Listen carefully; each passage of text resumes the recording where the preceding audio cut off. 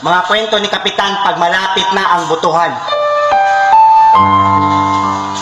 Ang unang propaganda. Uutusan yung mga taong malapit sa kaldero. Magbahay-bahay kayo. Ilista nyo yung mga tao. Kasi magbibigay ng grocery si Kapitan. Ang unang nakalista, yung mga taong malapit sa kaldero.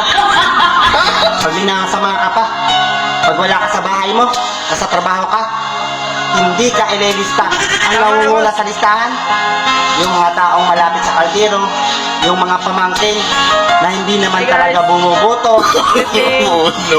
No. Tandaan nyo, noong kasagsagan ng COVID-19, kahit anino ni Kapitan ay hindi mo makita, tabi-tabi po.